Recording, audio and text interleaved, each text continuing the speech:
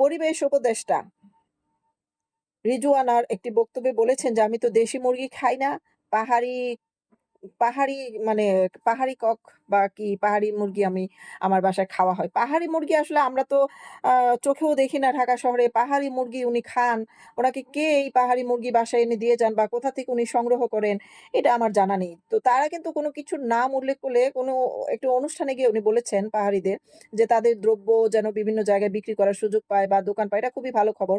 কিন্তু আমরা কিছুদিন পূর্বেই দেখেছি চিন্ময় কৃষ্ণ দাসের সাথে একজন দেখা করার পর তাকে পরের দিনই অ্যারেস্ট করা হলো। খুব ভালোবাসা দেখালো। তো তিনিও পাহাড়িদের নিয়ে এত ভালোবাসা দেখাচ্ছেন, পাহাড়িদের জিনিসে এত গুরুত্ব দিচ্ছেন।